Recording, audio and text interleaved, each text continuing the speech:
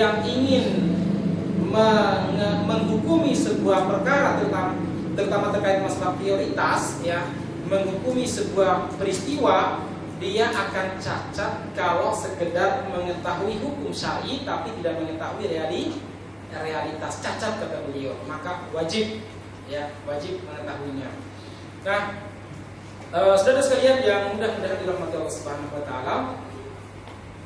Kemudian yang ketiga adalah fiqhul ikhtilaf. Kita harus mengetahui etika beda pendapat, ya, sehingga kita bisa menempatkan perkara aulawiyat. Apakah ini perkara yang debatable, yang masih didiskusikan, atau ini perkara yang bisa kita yang harus dipaksakan, dan ya. Nah, kalau satunya debatable, bolehlah kita mengundur untuk sesuatu yang lebih penting, ya. Nah, ini perlu kita pahami bersama. Kemudian sekalian, bagaimana kaidah menentukan skala prioritas? Oh, agak kecil ya.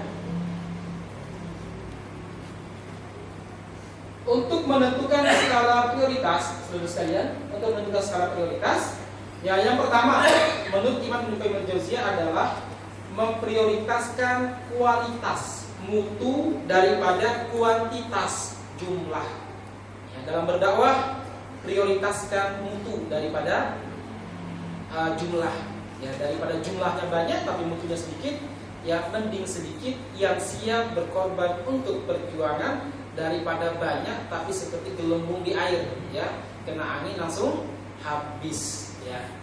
Nah, saudara sekalian yang mudah-mudahan dirahmati Allah Subhanahu wa taala, Imam Ibnu Qayyim al-Jauziyah mengatakan wa min alamati sihhatil qalbi, dan di antara tanda-tanda hati yang sehat adalah, ya, ihtimamuhu bil amal a'dham minal amali. Perhatiannya terhadap kualitas amal itu lebih besar daripada jumlah amal itu sendiri, ya.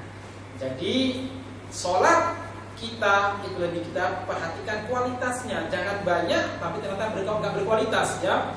Sholat tahajud 11 rakaat, tapi apa? Pas tahiyat ngantuk, ketika sujud dia sampai setengah jam karena sambil ngorok misalkan, ya. Ya ada tuh, saya pernah menyaksikan, ya, ketika dulu di sebuah tempat, ya, saya nggak usah menyebutkan tempatnya, saya bangun dia ke masjid, kemudian saya lihat, oh ini orang ngorok, ada orang ngorok gitu, kan lihat ada orang lagi sujud ngorok gitu, ya.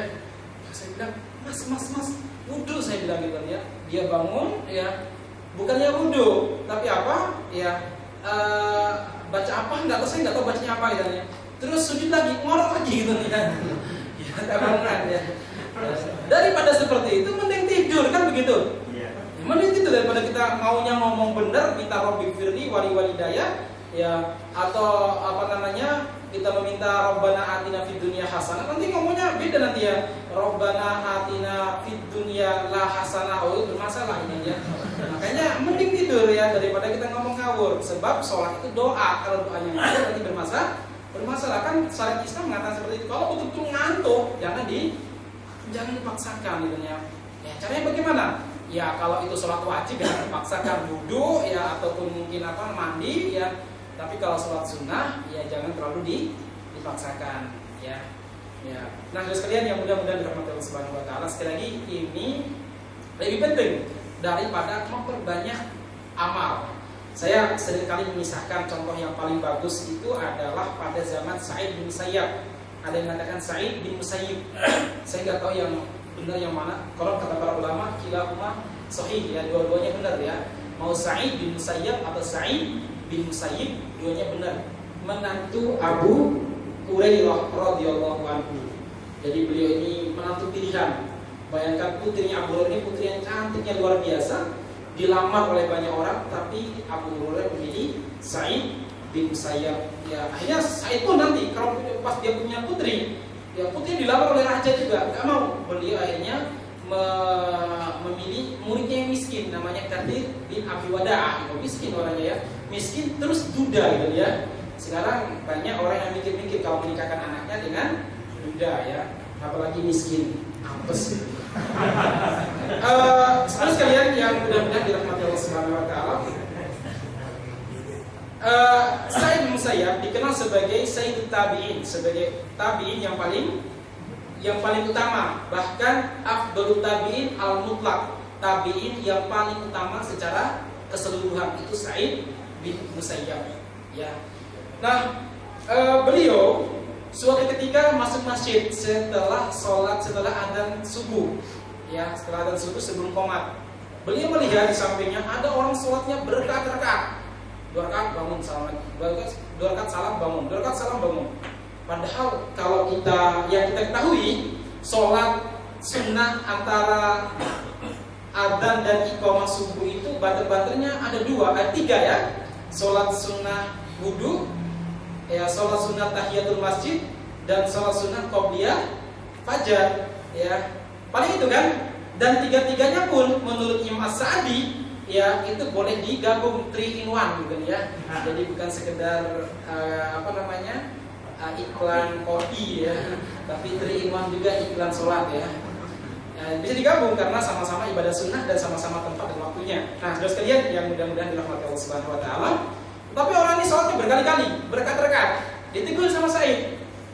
"Ya, wahai saudaraku, sholat apa?" Dia menjawab, "Ya Imam, apakah Allah akan menyiksa saya gara-gara sholat saya?" Wih, pinter jawabannya ya. Apakah Allah Subhanahu wa taala akan menyiksa saya gara-gara sholat saya? Sama hari ini ya, orang yang sholawatan tuh kita bilang, sholawatannya macam mana? Loh, saya kok sholawatanku mencintai Rasulullah, diperintahkan ya ayyuhalladzina amanu shollu alaihi wasallimu taslima itu ya. Innallaha malaikatahu yusholluna 'alan nabi ya. Ada perintah untuk malaikat aja sama Allah setiap bersolawat kepada Nabi, kok kita nggak boleh gitu ya? Apa salah gitu ya? Ini jawab pertanyaan yang cerdas gitu ya, yang kadang membuat kita ini bingung gitu ya, membuat kita ini bingung dengan tanya seperti itu ya. Sama dengan ada yang mengatakan ketika ditanya, Syiah itu sesat apa benar? Menjawab, ya Syiah itu seperti Sunni itu ada yang baik, ada yang salah juga. Nah, Syiah juga ada yang baik. Lalu ditanya sesat tidak sesat, ini bukan baik buruknya. Kalau masalah baik, siapa yang mengalahkan kebaikan Mahatma Gandhi? Siapa yang mengalahkan kebaikan Bunda Teresa gitu ya? Kita akui kebaikan mereka. Mahatma Gandhi itu luar biasa ya, kejujurannya dalam masalah kemanusiaan maksud saya ya. Itu Mahatma Gandhi gitu ya, sampai dia nggak pernah pakai alas kaki karena ingin merasakan kesengsaraan orang lain juga. Bagaimana Bunda Teresa itu ya. Ini ditanya sesat tidak sesat, ditanya jawabannya malah baik atau buruk. Ditanya itu Islam apa Sunni gitu ya. Itu Muslim. Loh iya, orang udah ngerti. Ya, Anda manusia, cuma ditanya Anda penduduk Indonesia atau penduduk Malaysia karena wajahnya mirip gitu ya. Ya, malah jawab saya manusia. Ya jelas jawaban salah gitu ya. Seperti itu jawabannya gitu ya.